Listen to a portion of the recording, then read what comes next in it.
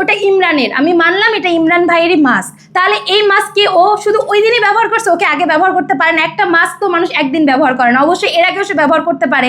এটা ডিএনএ টেস্টে রিপোর্ট করে তো এটা প্রমাণ হয় না যে এই মাস্কের কারণে এটাই প্রমাণ হয় যে সে ধর্ষণ করছে? আপনারা বলেন।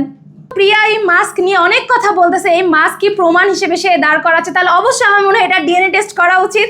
আমরাও জানতে চাই যে আসলে এটা ইমরানের মাস্ক কিনা। প্রিয়া এবং প্রিয়ার মা এরা আগে থেকে এই কাজ করে যে এরা সফল মানুষকে ফাঁসানোর চেষ্টা করে, এবং তাদের আগে থেকে এটা চিন্তা ভাবনা ছিল যে দুইজনকে আগে, ওই যে একটা কথা আছে না, তেল আর কি জানো, ঘি না আগুন একসাথে আসলে কোনো কিছু হয়, এরকম টাইপের। সে আগেই চাইতো যে ইমরানকে ফাঁসাইতে হবে, এই কারণে সে নিজেই রাস্তা তৈরি করে দিত মেয়েকে যে তুমি যাও মা, একা ঘরে ভিডিও বানাও।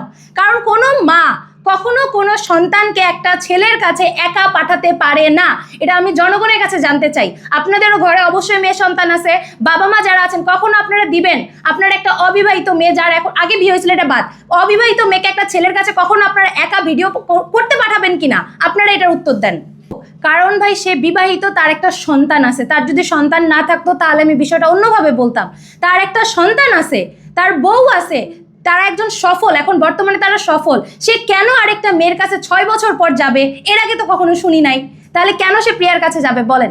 অবশ্যই প্রিয়া আগে ইনভলভ হয়েছে, সে চাইছে যে না, সে যদি ফাঁসানোর চেষ্টা করে তাহলে এটা প্রিয়ার দিক থেকে আগে শুরু হয়েছে, এটা আমার মনে হয়। এখন আমি বলি, প্রিয়ার বয়স 15 বছর, সে তারেক জিয়ার কাছে নাকি বিচার চাবে। তাহলে ভাই আমার এটা প্রশ্ন যে বাংলাদেশে মেয়েদের বিয়ের বয়স কত? তাহলে তার প্রথম ভুল কিন্তু এটা যে 18 বছরের আগে যদি সে বিয়ে করে, ভাই এটা তো তার প্রথম ভুল। তারেক জিয়ার কাছে বিচার চাইতে গেলে সবার আগে কিন্তু এটার বিচার হওয়া উচিত, কেন একটা মেয়ে 15 বছরে বিয়ে করলো। এই যে আপনারা দেখতে পাচ্ছেন, এই যে দেখেন, এই যে এখানে কিন্তু দেওয়া আছে 2006 সালে, আপনারা এটা সোশ্যাল মিডিয়াতে অনেকেই দেখছেন। ভাই এইটা দেখলেই তো অনেক কিছু প্রমাণ হয়ে যায়। আর তার যদি 15 বছর হয় তাহলে প্রিয়ার মা হাফসা আন্টির কাছে আমার এটা দাবি থাকবে যে আপনি তার জন্ম নিবন্ধনটা আমাদেরকে দেখান। এত কিছু দেখাচ্ছেন, জন্ম নিবন্ধনটা আমরা দেখতে চাই।